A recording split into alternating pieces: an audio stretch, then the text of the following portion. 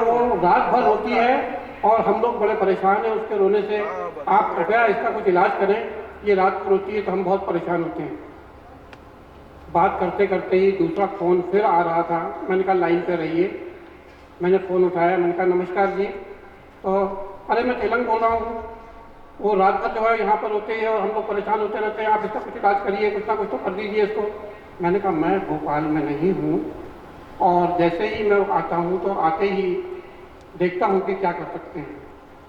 दूसरे दिन भोपाल आगमन होता है, मैं आके देखता हूँ तो वो यहाँ से वहाँ भाग रही है, पागलों की तरह घूम रही है। उसे देखकर मुझे लगा कि ये भयभीत क्यों है। फिर देख के लगा कि नहीं, ये लोगों से डर रही है इसलिए भाग रही है। और रात को एकांत हो जाने पर वो रोने लगती है और उसका रोना किसी को भी है सुहा नहीं रहा है। मैं घर के अंदर गया, डब्बे में से कुछ बिस्किट निकाले, उनको पानी में थोड़ा सा भिगोकर उनके लड्डू बनाए और उसको बुलाने का प्रयास करा, आइए ये लीजिए, ये लो।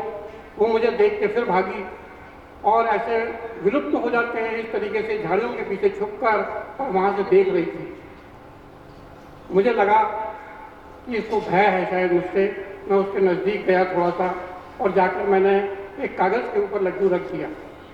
कुछ देर में वो लड्डू जो है उसने खा लिया और उसको ऐसा लगने लगा कि ये मुझे चाहते हैं या मुझे कुछ देना चाहते हैं। इस तरीके से वो घर के आसपास धीरे धीरे जो है वो आई। मैंने उसे फिर इसी तरीके से जो है लड्डू बना के दिए, बिस्किट के, उसने खा लिए। मैंने दरवाज़ा खोला, वो घर के अंदर चली आई।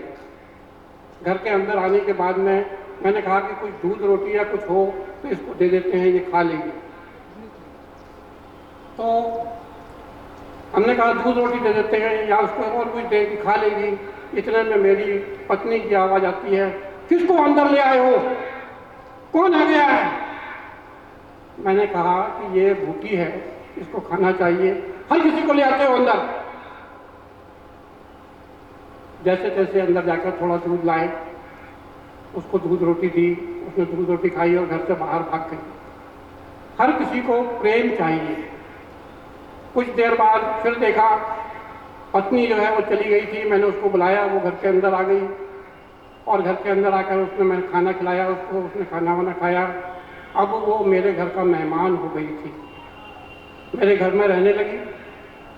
हम उसको खाना देते थे, वो खाना खा लेती थी, एक जगह पड़ी रहती थी। अगर हम उसको इशारा करते थे कि ये कुर्सी है, इस पर बैठ जाओ, तो वो कुर्सी पर झट से जाकर बैठ जाया करती थी। उसको देखते ही देखते मुझसे प्रेम हो गया। मैं अपनी गाड़ी लेके निकलता था, वो दरवाज़ा खोल के बाहर भाग जाती थी, मेरे पीछे पीछे दौड़ लगाती थी। एक दिन इसी तरीके से दौड़ते दौड़ते वो उसने सड़क क्रॉस कर ली और सामने से लोगों ने डराया उसको और वो वापस भाग रही थी तो एक मोटरसाइकिल वाले से उसकी टक्कर हो गई और उसका पैर टूट गया, कंपाउंड फ्रैक्चर हो गया उसे। मैं मेरा बेटा दोनों उसको अस्पताल उठा के ले जाते थे, उसका इलाज करवाते थे, उसको जो है इंजेक्शन लगवा रहे थे। 5-7 दिन तक हमने इस तरीके से उसका इलाज किया। लेकिन आज भी वो लंगड़ी है, वो मेरे घर में रहती है और मुझसे बहुत ज़्यादा प्रेम करती है। हमने उसका नाम ब्लैकी रख दिया। वो किसी के घर की पालतू कुतिया है, लेकिन आज जो है वो मेरे घर में रहती है और मैं उसके साथ में रहता हूँ। यही है, हर पल एक कहानी कहीं ना कहीं से बन जाती है। हर पल एक न एक रिश्ता किसी ना किसी से कायम हो जाता है। हम चाहें तो उसको किसी भी तरीके से गढ़ सकते हैं, लिख सकते हैं।